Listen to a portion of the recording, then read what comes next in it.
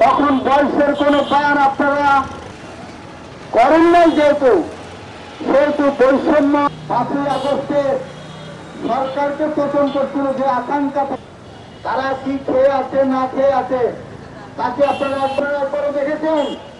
দেখেন না। অর্থাৎ সরকারকে আপনারা চাকরিচ্যুত করেছেন এবং কোনো নোটিশও দেন নাই, থেকে আপনারা আসতে পারবেন না। এইটা একটা সভ্য সমাজের জন্য করতে চান, তাহলে আপনারাও করে এখানে আসছেন। এইটা কি হয়?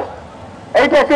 আমাদের দুই দফা দাবি, একটা হলো যে আমাদের চাকরি বহাল দেবে, আর একটা হলো আমাদের ন্যায্য বেতনটা দিয়ে দেবে। এলে আমাদের দাবি নিয়ে আমরা আসি। আমাদের ছাঁটাই করছে মৌখিকভাবে, আমাদের কোনো চিঠিপত্র কিছুতে নাই। মোবাইলে বলছে আপনারা কাল থেকে আসবেন না, আমরা কাল থেকে আসি নাই।